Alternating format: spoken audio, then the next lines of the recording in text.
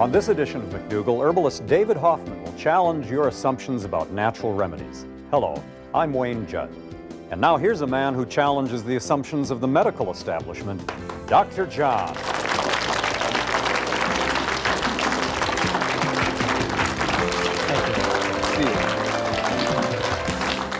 Well, I got challenged. Recently. You know, I try and tell people how to choose proper cookware. Right. And I was at one of the restaurants, one of the many restaurants that serve healthy food in my town of Santa Rosa, California. And somebody sat next to me said, well, this restaurant uses aluminum pots and pans to cook your healthy food. And I was embarrassed. Because that's not healthy? Do you use aluminum pots and pans in your home? I avoid the kitchen, John. I wish you hadn't So you asked don't that know question. what's in the problem with aluminum is that it's a toxin to the system, and it is, I believe, the only controllable cause of Alzheimer's disease.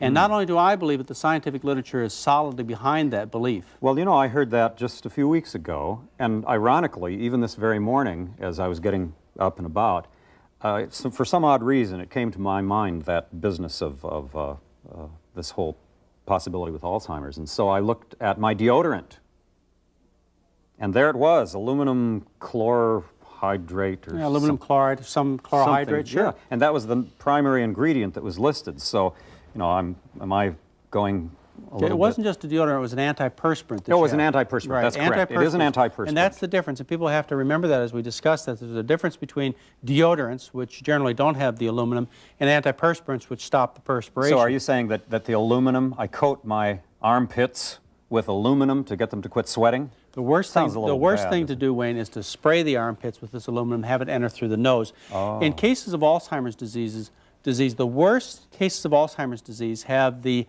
lesions that are typical of Alzheimer's disease in the extension of the brain known as the olfactory lobes. And so what's believed is the most serious portal of entry into the body for aluminum, which causes the Alzheimer's disease, is through the nose into the olfactory tracts. And before that, the source of that aluminum was industrial. Now, and we won't see this for another 20, 30 years, now what I suspect is they'll link it back to well-intentioned people trying to stop the perspiration but missing the armpit and hitting their nose. And breathing it. The reason we know that Alzheimer's disease is caused, in part, by aluminum is because of the extensive research that's been done. There really has been research. Tremendous. But, you know, the message out there is it's all controversial. And, of course, a lot of that message comes from the aluminum industry and those people that don't want to throw away their aluminum pots and pans. But Alzheimer's patients, their brains are loaded with aluminum, say, compared to patients who die of strokes. The lesions that are typical of Alzheimer's disease, they have a central core of aluminum silicate. You can't have the disease without these lesions. You can't have the lesions without aluminum silicate. Drinking water around the world and in various countries is associated with the incidence of Alzheimer's disease depending upon how much aluminum's in that drinking water, just over and over and over. So this is not hereditary? It's not hereditary. It's environmental?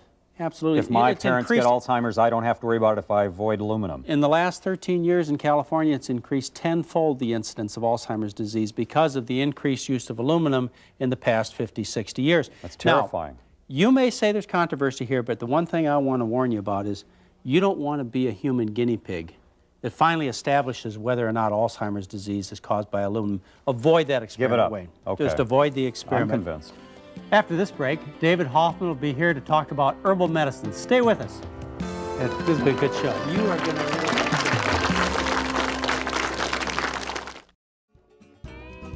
Hello. The job market is a competitive place.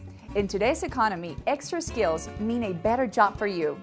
Speaking English is the skill you need for greater opportunity, more money, and a brighter future. Introducing Hello Channel, an exciting new television channel that teaches English as you watch TV. There's something for everyone, and the more you watch, the faster you'll learn. All you have to do is say hello.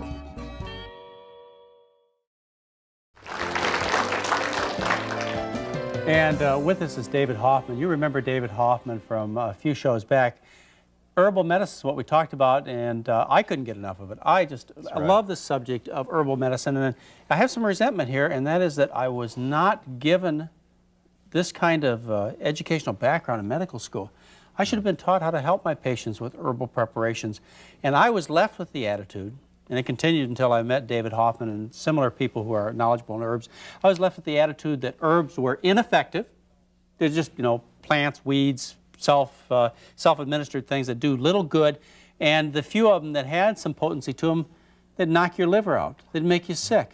And so I had a very bad attitude, but that attitude was instilled, and I have to guess, somewhat by purpose in me as a medical student. And I think the whole population has that. David Hoffman has several books out that we'll tell you about in a minute. Why is it that herbal medicine has gotten such a bad rap? You've got to remember it's only in this country. It's not a bad rap in the Western medical system in general. And I'm afraid I have to conclude that it's an economic, political issue. It's not a scientific issue. Now, I look in the medical journals, and if an herb causes somebody to get, say, a toxicity of the liver, one patient, even if it happens to be a contaminant of that herbal preparation, say with some powerful arthritis drug that a pharmaceutical company makes, it hits the biggest medical journals with a splash story, and then off into the media. One case, and maybe the tens of thousands or hundreds of thousands of people that are helped by herbs, it never hits the press. But the implication here is that medicine doesn't care whether we're well or not. Is that what you're implying? Well, surely medicine cares whether we're well. If they could do better, why don't they? Just for money? For money, people, the whole profession would sell out? There's a big difference between the practice of medicine and the manufacture of medicinal substances. And I didn't want to imply that it was doctors, one-on-one doctors, that had this bias. It is a result of moving into high technology-based medicine, which you can really see as battlefield medicine, emergency medicine, which modern medicine does incredibly well. But in the development of the multinational drug companies and very high technologically based examination techniques, they've just got built up an economic momentum to go for more and more and more specialization. Yeah, as well as a great marketing job with all of us in the public. Yes. We want pills and shots. Well, let me give you one very specific example. You were just talking about the occasional case of liver damage, and it's an important issue. But to work out the relative safety of a drug, you have to have the LD50, the amount of the dosage which is poisonous, and then you compare that with what's called the ED50, the effective dose, and then you do a risk-benefit analysis. With the FDA in a position where they're denying any efficacy to medicinal plants, if you have one case, but they don't acknowledge there can be an ED50 at all, that one case means statistically this is the most poisonous thing ever. So there's just this built-in bias, institutionally built-in, which has got to be overcome. And this is starting to change. But it's starting to change from a grassroots point of view. It's the consumer demand for these preparations. But there's also a change within the medical community. Doctors are prescribing this. I know you gave a talk to the doctors at the hospital where I practice, and it was an overwhelming success. I thought I was throwing the sheep into the lion's den, but I knew he could handle the job. And when you left there, you left some very, very well-educated physicians really wondering why they didn't get a better education in herbs. I think part of the problem is that most herbalists in this country, because of the suppression of the herbal medical schools, which used to exist, don't really have a background in science and medicine. So when they try and talk about what they know their herbs can do, the language can sound very flaky at times, if that's the right American expression. What I was doing with those, the doctors at your hospital was using examples from the literature and trying to remember all the medicine I used to know so that I could communicate in a language that was their language. And when you do that, then there's openness. Be understood. Yeah.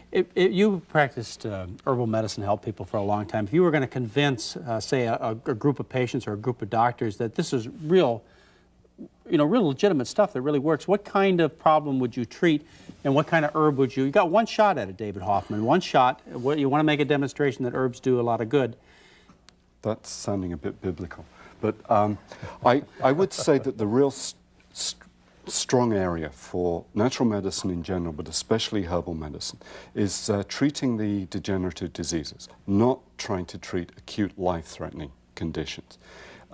Just about anything in the digestive system and digestive system dysfunction can be addressed very rapidly with herbal medicine. How about indigestion? Yes, yes, but then what is indigestion? Well, heartburn. It's yeah, heartburn. It's for the heartburn, stuff that they send me out to buy antacids for. Anything that the drug Tagamet can do, a herb called marshmallow, used at high enough dosage, will do symptomatically the same. It works in a very different way, so the blood chemistry will be different.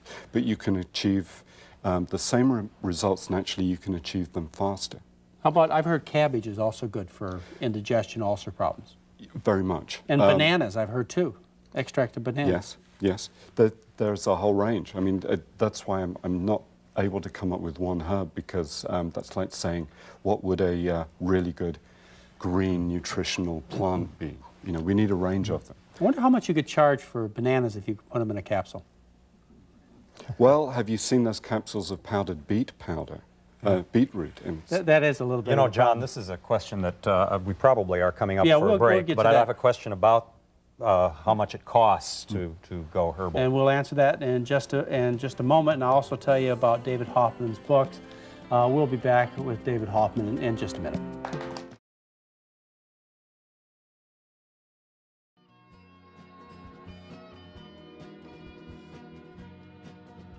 Hello. That's right, I said hello. I'm talking about an exciting new television channel that will change your life. My name is Ruth, and I want you to be one of the first to know about Hello Channel.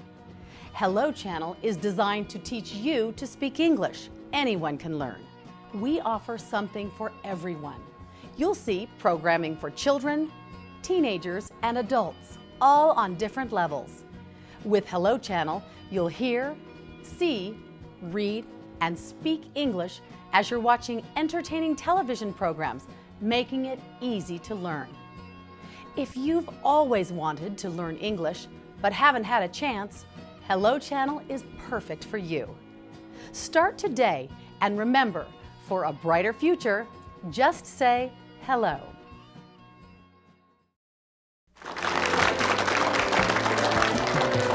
And with me is David Hoffman. David Hoffman is Professor of Integral Health at the Integral Studies Institute in San Francisco. He's also author of many books and a CD-ROM. It's called The Herbalist. You can plug this into your IBM computer or your Apple Macintosh computer, and you could bring up the herbs and also the problems, and by computer technology, it'll put the two together and help you tremendously.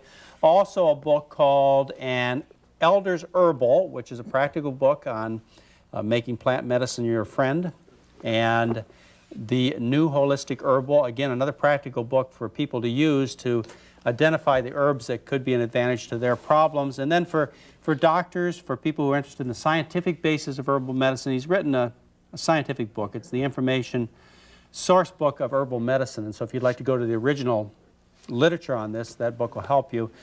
You were asking a question before I thank you, did John. David, I'm wondering about the economics of herbal medicine.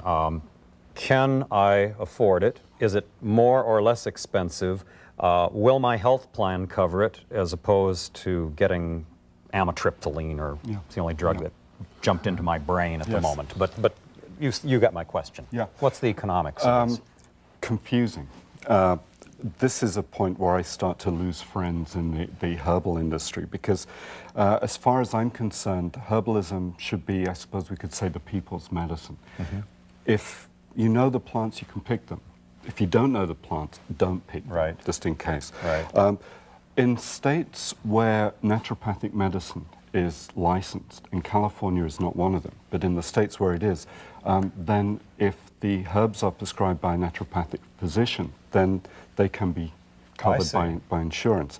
There are ways of using herbs so that it is really quite cheap compared to the real costs of drug medicine. However, if your prescription is covered by insurance and the cost of herbal tinctures isn't, then it will look like the herbs are more expensive. How about if you grow them in your garden? Can you do that? Yeah, and you don't even have to pay PG&E. It's free. Yeah, let me talk about some specific things that always come to me. How about treating female hormone problems like PMS with herbal medicine? very successful when the right herbs are used. And unfortunately, most of the products that I've seen on the market, which are herbal PMS treatments, don't have the right herbs in them. You know, they're simply water removal approaches. There's a herb called skullcap, which I should explain the name. It's called skullcap because of the medieval European academics wore funny little caps on the top of their head. The top of the flower looks like one of those, if you're a botanist. That plant is amazing at changing the psychological symptoms of PMS. It doesn't remove PMS, it just changes it into a more positive state.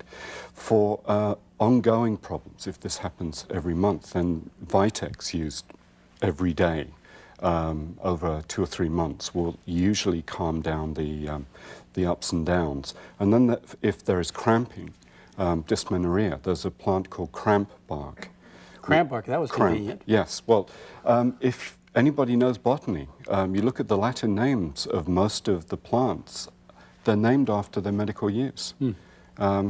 So cramp bark. There's a whole subject of medicine, plant medicine, that's getting a lot of attention, and that's phytoestrogens, plant hormones, and they speak of yams and they speak of soybeans, and it's not quite herbal, but it's still in the plant kingdom that we're talking about. This is a very confused and confusing area. A phytoestrogen does not mean that a plant has estrogen in it. It means it has constituents which will trigger off estrogen receptor sites sometimes. Now, most of the things which are called phytoestrogens are things called isoflavones, which means they're related to the chemicals which make leaves change color in the fall. And they work by part of their shape of the molecule being similar to part of the estrogen shape, so they fit in receptor sites, but they don't have estrogenic effects per se. The strongest source of these, the richest source I should say, are soybeans. Now, if soybeans really did have an estrogenic effect, I mean, just this might sound a bit silly, there wouldn't be a population explosion in China. Because they eat a lot of tofu, the men eat a lot of tofu. If it really was estrogenic, their fertility would go down. So the word being used carries the connotation that we're getting estrogens. But it does have an effect on a woman's menstrual cycle. Very definitely. So but it's a subtle, gentle one. It's a gentle one which protects women from breast cancer before menopause. Yes. And after menopause, they say that people in Eastern countries that eat lots of rice and beans and soybeans, they don't have menopausal symptoms. They don't have hot flashes. Have you heard that? I've heard that. I want more evidence before I completely embrace that one. I wonder partially whether there's also cultural issues. I wouldn't want to see menstrual issues or menopausal issues purely pharmacologically. Culturally, this is not really a very sane culture to be a woman in. Women are really given a hard time in all sorts of roles they have to fulfill. And I wonder whether menopause is as uncomfortable as it is because it's social roles. You and I will that are never know, changing. will we? No. Well, no. we'll just have to leave it to people to tell us. If the herbal issues confuse you a bit, there's a way to straighten it out. David Hoffman has written several books. He has the new Holistic Herbal, which is a very practical book. Also an Elder's Herbal, and it's a way that you can go to the herb and to your problems and sort them out. And if you have a computer, IBM or Apple, in your computer store is the herbalist that you can buy. We'll be back in a minute with our special guest, David Hoffman.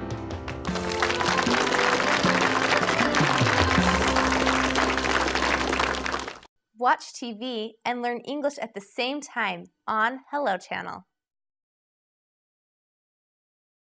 Hey Dad, can you come out and shoot some hoops with me? Busy. Studies show that by the time I'm 12, I can be influenced by friends more than parents. Give your family everything. Give them your time.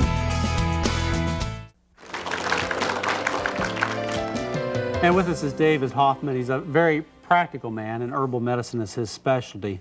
David, I have a question for you. Before our break, we were talking about the good fortune other countries and cultures have.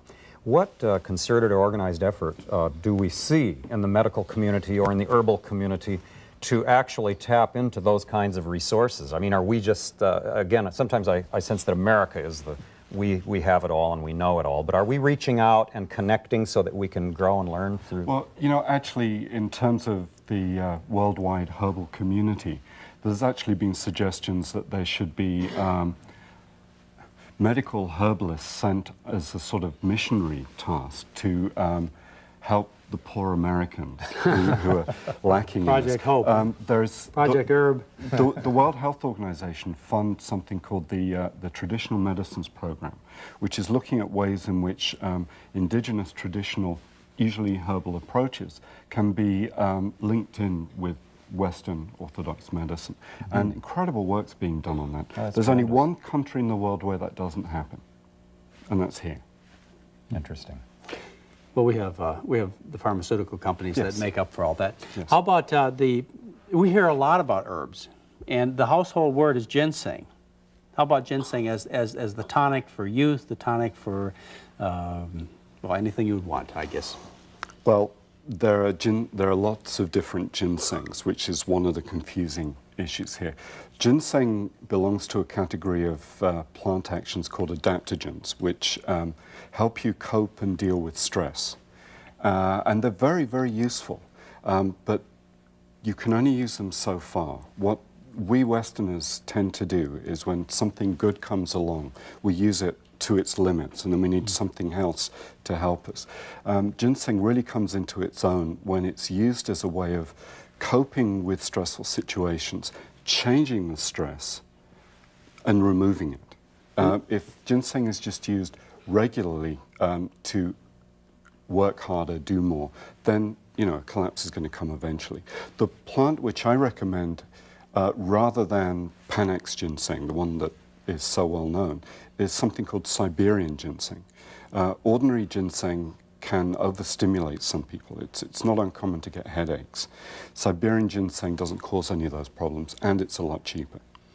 But how can you tell whether you've got real ginseng, whether you've got the proper dose? And this applies to all herbs. I mean, the consumer beware out there, I suppose. Yeah, and this is why the FDA is essential, I'm afraid to say. So you're in favor of sort of regulation? Because the marketplace has really shown that it can't police itself properly.